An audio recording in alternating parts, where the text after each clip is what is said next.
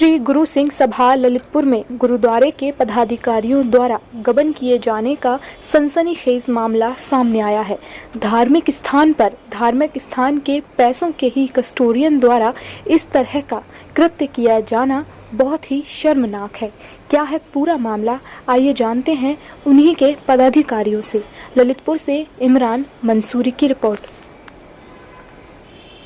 देव जी की उस पर क्या मामला चल रहा है, क्या है पूरा प्रकरण बताने की। श्री गुरु सिंह सभा जी जी श्रीमान श्री गुरु सिंह सभा एक रजिस्टर्ड कमेटी है जो कि संबंधित झांसी रजिस्ट्रार ऑफिस से रजिस्टर्ड है। चूँकि उसके नामित अध्यक्ष जो 2016 में सरदार ओमकार सिंह को किया गया था और उनके द्वारा जो कार्यकारिणी बनाई गई थी उसमें मैं सरदार जितेंद्र सिंह वरिष्ठ उपाध्यक्ष और सरदार हरवीर सिंह अरोड़ा महामंत्री के रूप में और सरदार सतवंत सिंह मंत्री के रूप में नामित किए गए थे और डॉक्टर सुरेंद्र कौर वालिया उपाध्यक्ष थी और संबंधित कार्यकारिणी थी और कोषाध्यक्ष के रूप में जगजीत सिंह बाबी को नियुक्त किया गया था।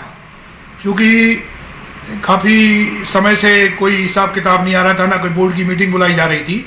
जब भी अध्यक्ष के द्वारा मांग की जाती थी तो ये टाल देते थे, ना मीटिंग बुलाते थे, ना कार्रवाई रजिस्टर पूरा करते थे। जब बार बार आरोप लगाने पर इनसे कहा गया 2018 में इनका कार्यकाल पूरा हो रहा था, उस समय गुरुद्वारा गुरु सिंह सभा में संस्था में कुछ काम चल रहे थे जो कि लंबित थे। तो इन्होंने 1 साल के लिए कहा कि 1 साल और पूरा हो जाने दीजिए।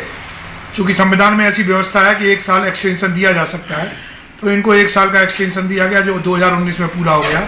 तो हमारी संस्था के मंत्री द्वारा जब इनसे कहा गया कि अब आपका कार्यकाल 3 साल का पूरा हो गया है और आपके कार्य जो करा रहे थे वो भी करीब करीब पूरे हो गए हैं, तो आप अपने संस्था से अपना इस्तीफा दीजिए।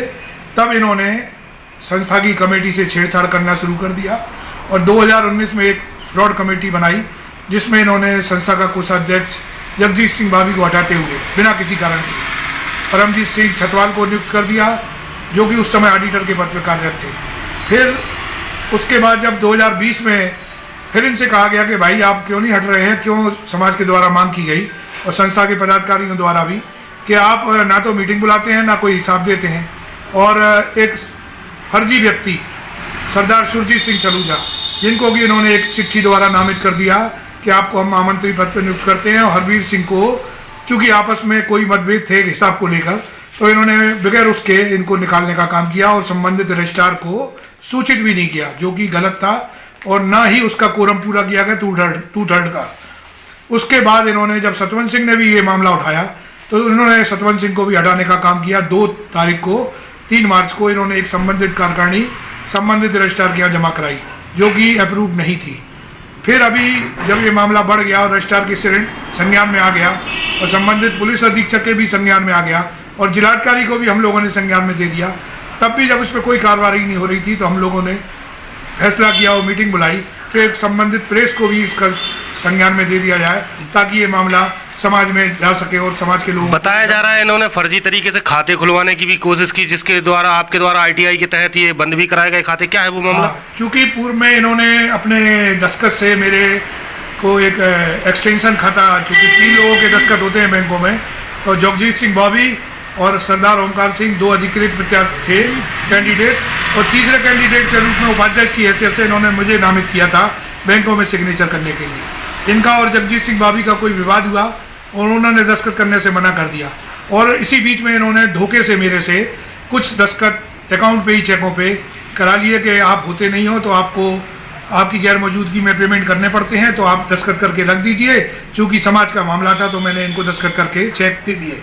तो इन्होंने उन चेकों का दुरुपयोग किया और ना किसी से कोटेशन मंगाए ना कुछ, अपने चूँकि अपने ही इनका सैनिटरी का बिजनेस है तो उससे अपने सामान सप्लाई करते रहे और अपने बिल बगैर किसी संबंधित कमेटी के पदाधिकारी द्वारा पास कराए अपने खाते से पैसे निकाल लिए। चूँकि एक चेकों पे मेरे दस्तखत थे और बाकी अपने दस्तखत करके इन्होंने अपने पेमेंट नाम से निकाल लिए।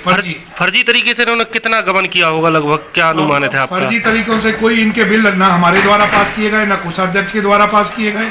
और जब मेरे संज्ञान में ये मामला आया तो मैंने central bank of India, state bank of India और Punjab national bank of India में अपने अधिकारों का प्रयोग करते हुए खाते बंद करा दिए गुरु सिंह सभा कमेटी के।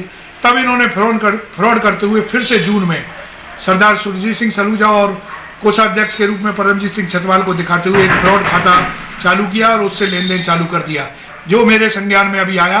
तो मैंने उसको अभी अब नवंबर में खाते को बंद कराने का काम किया, जो कि गलत कार्यकारिणी का प्रयोग किया है इन्होंने, और संबंधित बैंक ने भी इनकी मदद करते हुए बगैर कार्यकारिणी की जानकारी लिए कि ओरिजिनल कमेटी कौन है, वो बगैर देखे इन्होंने उसको पास कर दिया और खाता खोल दिया और लेन देन कराया। चूँकि मेरी जानकारी में आया तो संबंधित रजिस्ट्रार से मैंने 9 तारीख को ओरिजिनल कार्यकारिणी का एक RTI लगाया और 9 तारीख को मेरे को कार्यकारिणी मिली 9/11 को। तो वो कार्यकारिणी मैंने गुरुद्वारा गुरु सिंह सभा में भी चस्पा की और संबंधित बैंक मैनेजर सर्व यूपी ग्रामीण बैंक को भी सूचित किया, तब जाके गुरु सिंह सभा का चौथा खाता भी सर्व यूपी ग्रामीण बैंक में बंद हो गया है। और बाकी हमारे दोनों पदाधिकारी हमारे साथ इस समय मौजूद हैं, महामंत्री जी वो भी बताएंगे इनके कार्य, और जो मंत्री जी हैं जो आगे संभावित अपने आप को गुरु सिंह सभा के अध्यक्ष के रूप में सेवा करना चाहते हैं। और हमारे सिख समाज की भी मर्जी है कि वो सतवंत सिंह भोगल सिख समाज के नामित अध्यक्ष बने, चूँकि सिख समाज में परंपरा रही है कि चुनाव नहीं होता है, सर्वसम्मति से अध्यक्ष चुन लिया जाता है। और बहुत सारे समाज के लोगों की एक मंशा है कि वो सतवंत सिंह भोगल को अध्यक्ष के रूप में देखें, चूँकि ये अपनी गुंडई के आधार पे और अपने बदमाशों के आधार पे कहते हैं कि आर पार की लड़ाई लड़ेंगे, चाहे इसके लिए मुझे किसी की हत्या भी करना पड़े तो मैं हत्या भी कर दूंगा। और हमने इसके लिए प्रशासन को एक लेटर 3 तारीख को दिया था कप्तान मियां मंजर बेग को, जिनको संज्ञान में भी लिया था कि साहब गुरु नानक जयंती है तो गुरु नानक जयंती में कोई बवाल कर सकते हैं। तो साहब पुलिस ने वहाँ पे पुलिस की व्यवस्था की थी और पुलिस के संज्ञान में मैंने ये दिया था कि ये चूँकि दबंग लोग हैं तो दबंग लोग कुछ भी कभी भी किसी समय अटैक कर सकते हैं, तो हमारी जान की माल की सुरक्षा भी की जाए और समाज में सौहार्दपूर्ण वातावरण बनाया जाए। इस कार्यकारिणी में मंत्री के पद पर आसीन है जी, क्या आपकी शिकायत है और क्या ये लोग चाहते हो, क्या है पूरा मामला? इनका मामला तो बहुत गड़बड़ चल रहा है, जो किसी को कुछ नहीं समझते, ना समाज को समझते, ना किसी मेंबर को मेंबर समझते। ये अपनी मर्जी से मेंबर बना लेते हैं, अपनी मर्जी से कमेटी चला रहे हैं, अपनी मर्जी से गुरुद्वारा चला रहे हैं। और इनके पास मैं 4 बार गया था कि भैया आप बैठ जाओ, हम बैठ जा रहे हैं, आपसे सब जो है छोटा अपना समाज है, इसमें ज़्यादा दरार नहीं आना चाहिए, समाज इकट्ठा रहे, वही अच्छी बात है। लेकिन इनने हमारी कोई नहीं सुनी, उल्टा मेरे ऊपर ब्लेम लगाने लगे कि वो सतवंत तो मेरे आगे हाथ जोड़ रहा है, मेरे पाँव पड़े हैं कि मैं आपके साथ हूँ। ऐसा कुछ नहीं है, मैं समाज के साथ हूँ, समाज के साथ रहूँगा और जो अच्छा कार्य करेगा, जो अच्छी चीज़ होगी उसी के साथ मैं रहूँगा। गबन वालों के साथ मैं ना हूँ ना रहूँगा, ये बात उनको सोच लेना चाहिए। लेकिन जो गुरु सिंह सभा का हिसाब किताब है वो समाज के सामने आना चाहिए, एक एक पैसे का हिसाब उनको देना चाहिए और संगत के सामने रखना चाहिए। इन्होंने फर्जी तरीके से एक कार्यकारिणी बनाई, इसकी शिकायत आपने की है, उस पर क्या कार्रवाई हुई है या क्या मांग करते हैं? हमारी मांग यही है, हमने वहाँ रजिस्ट्रार के यहाँ झांसी के यहाँ हमने झांसी में एप्लीकेशन दी हुई है। अब उनके संज्ञान में पूरा मामला आ चुका है, अब उनने उसको लेके रखा हुआ है। उनका जो भी निर्णय आएगा, अब उनने निर्णय के ऊपर रोक रखा है, जब भी उनका फैसला आएगा वो देखा जाएगा।